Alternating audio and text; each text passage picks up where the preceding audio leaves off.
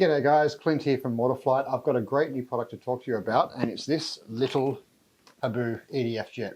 Now the reason it's little is most of the other Habus are a 70mm ducted fan inside, and this one here is actually a 50mm. So a bit smaller on the wingspan, a bit smaller on the power, but you still run a 3S 2200 or 1300 milliamp hour battery in this. Lots of fun to fly around. Removable undercarriage. This wheel and the front wheel all pops out, and it does have little indents in here to allow you to hand launch it at the field. Front steerable nose wheel moves in line with the rudder as you would expect on a front steering nose wheel. The great thing with this though is it takes about 5 to 10 minutes to set up in total, and then 5 minutes or so of airtime per battery. Looking forward to seeing what this one can do. Just completes a bit more of the lineup for the Habu series with the other two 70mm. Now the Habu 50mm comes as a plug and play or a bind and fly. So bind and fly has the radio receiver installed already. All you need is a battery, charger and transmitter. Or you can get it as a plug and play, which is everything included the same. The only thing you need to add to it is a receiver and then battery, transmitter and charger to get you up in the air. Included in the Habu 50mm is the Spectrum Smart electronics. It's got an avian ESC, and the great thing with that is it means you can reverse thrust. So reverse out onto the taxiway, or just shorten your landings and pull up a bit quicker than what you normally would be. The other great thing with having the Spectrum Smart technology is you get all the telemetry. You can get the voltage from your battery while you're up in the air to see how much more time you've got flying left.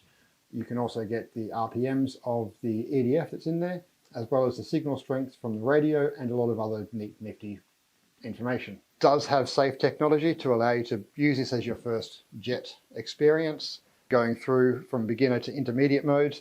Also has AS3X stabilization. You can use it without safe or with safe, without AS3X or with AS3X. The choice is entirely up to you. To put this thing together, the wing is a single piece. There is a plug under here, so you don't need to actually connect any wires or anything like that. 2 screws up the front, 2 at the back, and then 1 final screw to hold it all together. The vertical stabilizer is built in as part of the fuselage. The horizontal stabilizer simply presses in, and then 2 screws to secure that in place as well. The afterburner ring, snap it on, stick it on with some tape, and you're good to go. These wheels clip in. Very simple to put in and out. The nose wheel is secured by a servo horn and a screw in there, so simply pop it in and screw it in and you're good to go. So in here you've got an AR631, which is the one with the big long wire that's looped in there. The bind button is in amongst the wires, so it might be useful to get some sort of a probe to press the button to get it to bind. Just make sure when it comes to using your battery that it's only 3S compatible. This will not work on a 4S. You will potentially do some damage if you try it on a 4S. 2200 battery, stick it right up in the battery tray. 1300, stick it about in the middle of the tray and check your CFG and you're all good to go. There will be a flight video of this one coming up, so keep your eyes open for that one. As always, like, subscribe, comment and keep watching. Thank you.